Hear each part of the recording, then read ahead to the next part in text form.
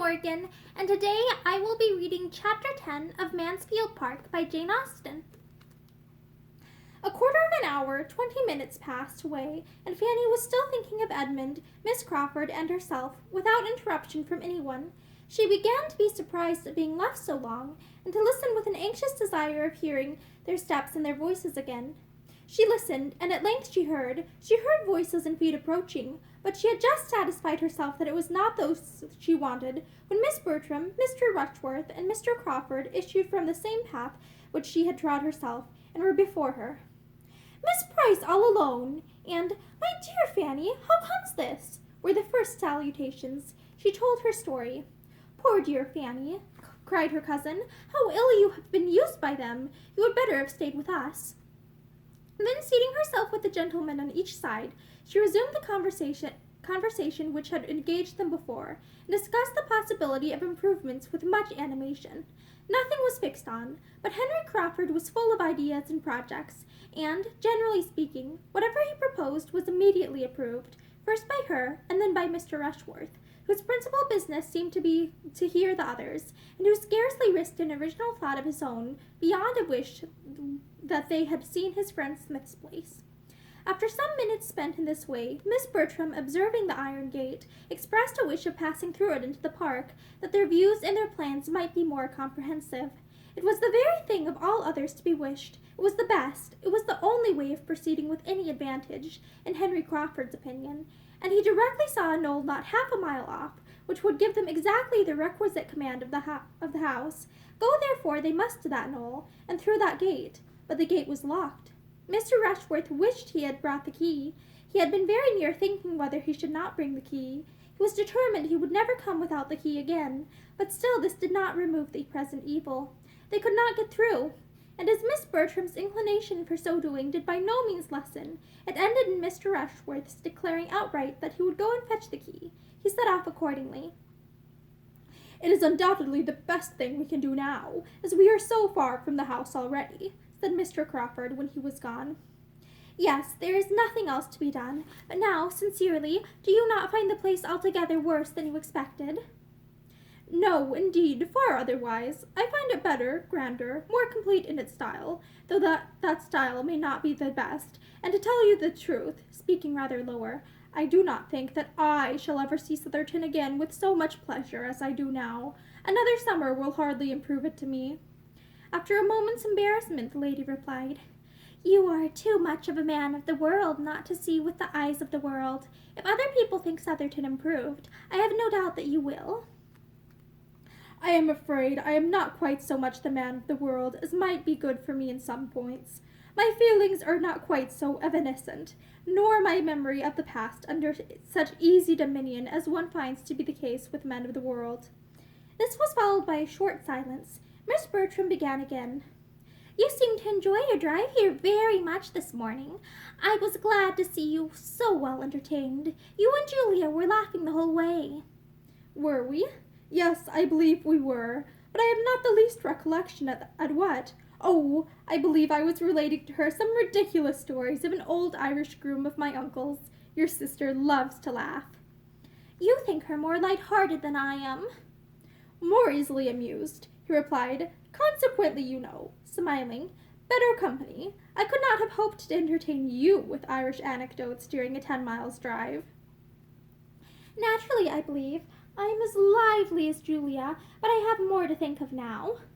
"You have undoubtedly, and there are situations in which very high spirits would denote insensibility. Your prospects, however, are too fair to justify want of spirits. You have a very smiling scene before you." "Do you mean literally or figuratively?" "Literally, I conclude. Yes, certainly. The sun shines, and the park looks very cheerful. But unluckily that iron gate, that ha-ha, gives me a feeling of restraint and hardship. I cannot get out, as the starling said." As she spoke, and it was with expression, she walked to the gate. He followed her. "Mr. Rushworth is so long fetching this key." "And for the world you would not get out without the key, and without Mr. Rushworth's authority and protection, or I think you might with little difficulty pass round the edge of the gate here, with my assistance. I think it might be done, if you really wished to be more at large, and could allow yourself to think it not prohibited." "Prohibited?" Nonsense! I certainly can get out that way, and I will! Mr. Rushworth will be here in a moment, you know. We shall not be out of sight. Or if we are, Miss Price will be so good as to tell him that he will find us near that knoll, the grove of oak on the knoll. Fanny, feeling all this to be wrong, could not help making an effort to prevent it. You will hurt yourself, Miss Bertram, she cried. You will certainly hurt yourself against those spikes. You will tear your gown. You will be in danger of slipping into the ha-ha. You had better not go. Her cousin was safe on the other side while these words were spoken, and smiling with all the good humor of success, she said, Thank you, my dear Fanny, but I and my gown are alive and well, and so goodbye.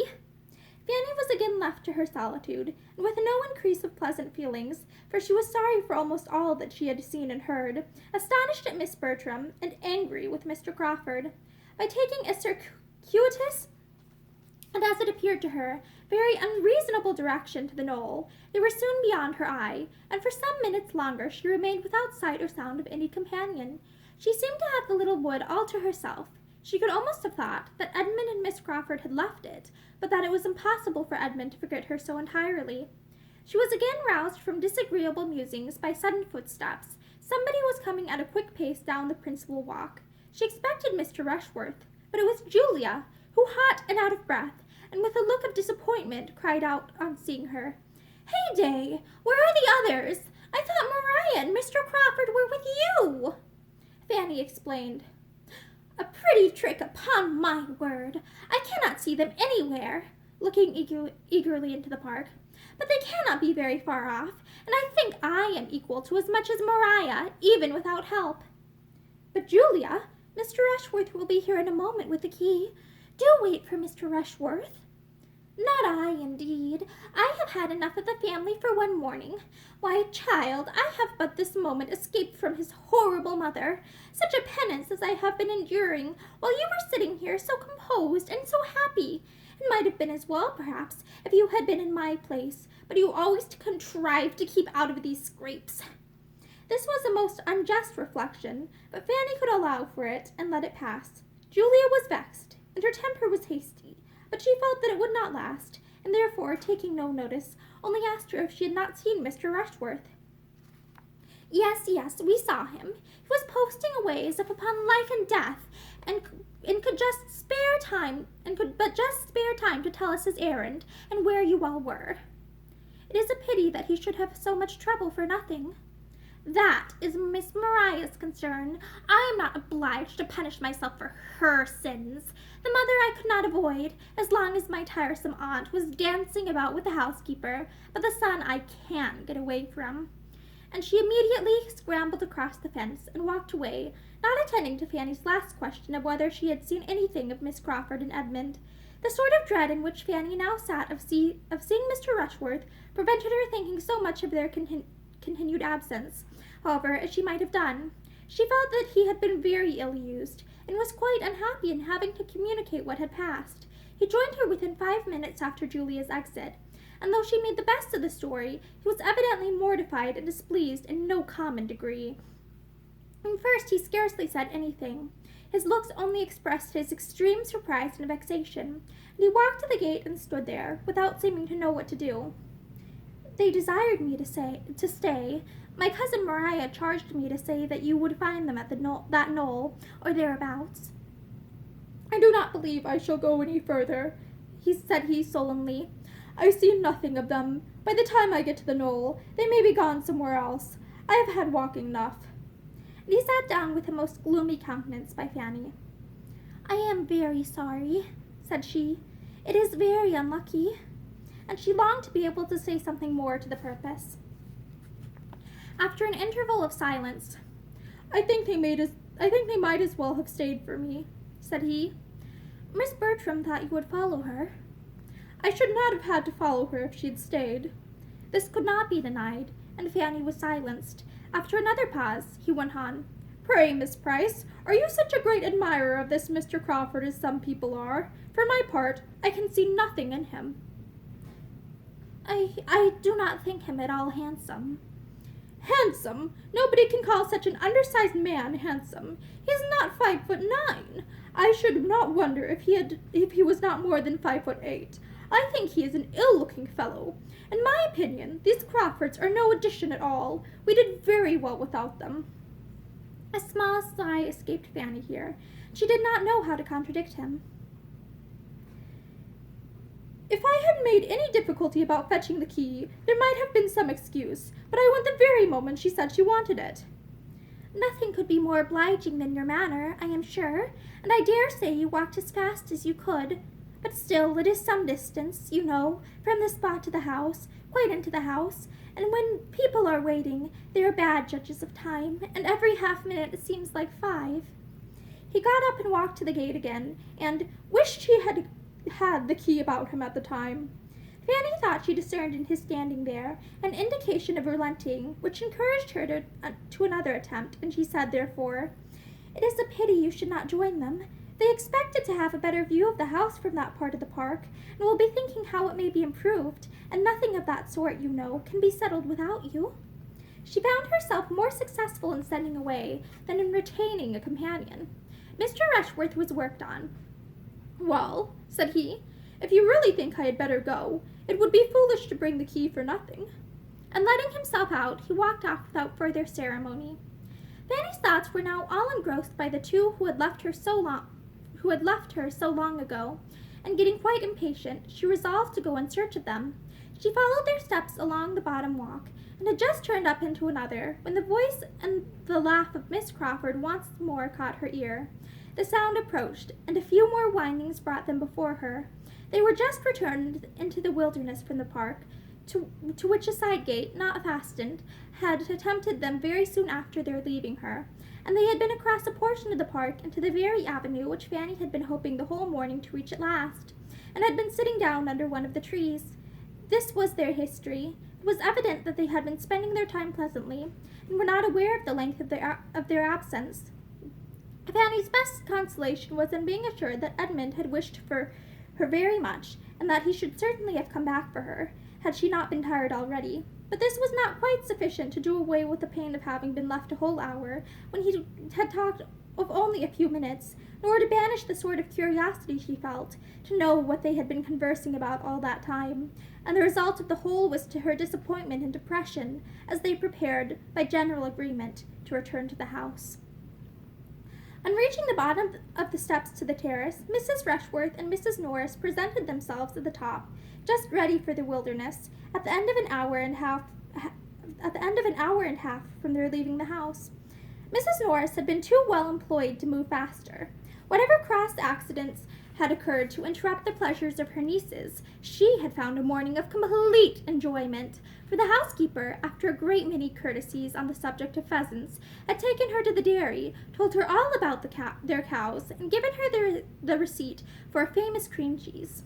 And since Julia's leaving them, they had been met by the gardener, with whom she had made a most satisfactory acquaintance, for she had set him right as to his grandson's illness, convinced him it was an ague, and promised him a charm for it, and he, in return, had shewn her all his choicest nursery of plants, and actually presented her with a very curious specimen of health.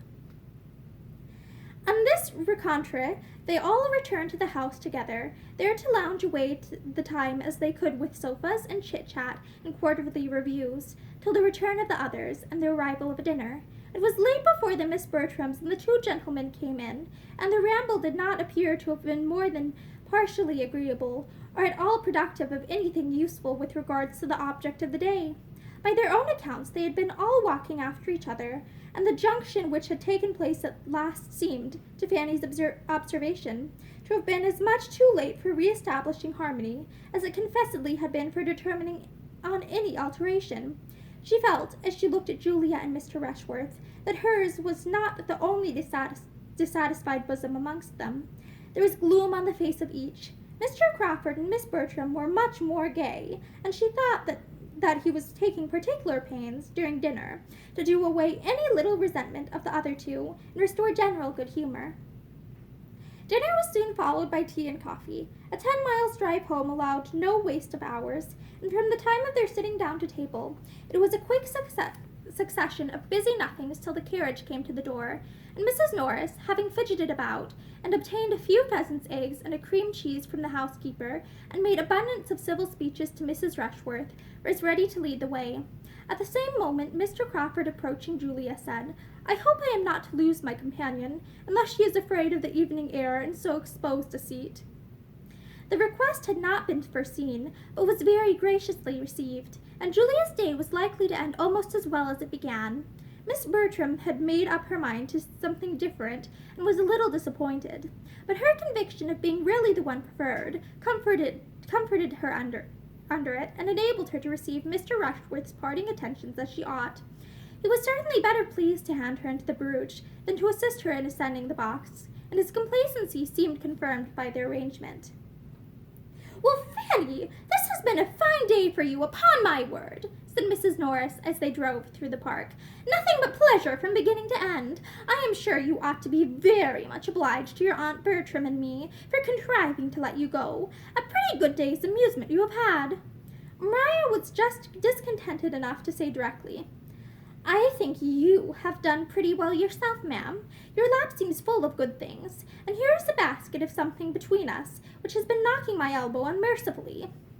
"My dear, it is only a beautiful little heath, which that nice old gardener would make me take, but if it is in your way, I will have it in my lap directly. There, Fanny, you shall carry that parcel for me. Take great care of it. Do not let it fall. It is a cream cheese, just like the excellent one we had at dinner. Nothing would satisfy that good old Mrs. Whittaker but my taking one of the cheeses. I stood out as long as I could, till the tears almost came into her eyes, and I knew it was just the sort that my sister would be delighted with. That Mrs. Whittaker is a treasure.